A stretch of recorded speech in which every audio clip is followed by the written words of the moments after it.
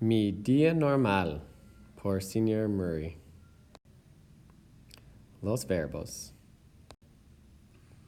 A las 7:30 de la mañana, yo llevo una camisa y mi mochila a la escuela.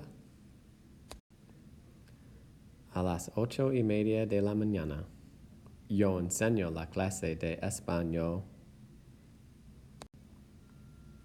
A las 10:20 de la mañana, los estudiantes miran una presentación en el español. A las 12:05 de la tarde, yo tomo con mis amigos en la cafetería. A la 1:15 de la tarde, yo contesto a mi estudiante en la clase de español. A las 3:45 de la tarde, yo practico en el gimnasio.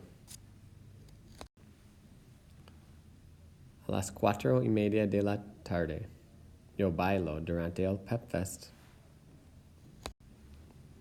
A las 5:20 de la tarde, el chico lleva una chaqueta roja. A las 6:10 de la noche, mi familia y yo trabajamos en la casa. A las 9 de la noche, mi hijo y yo visitamos en la casa.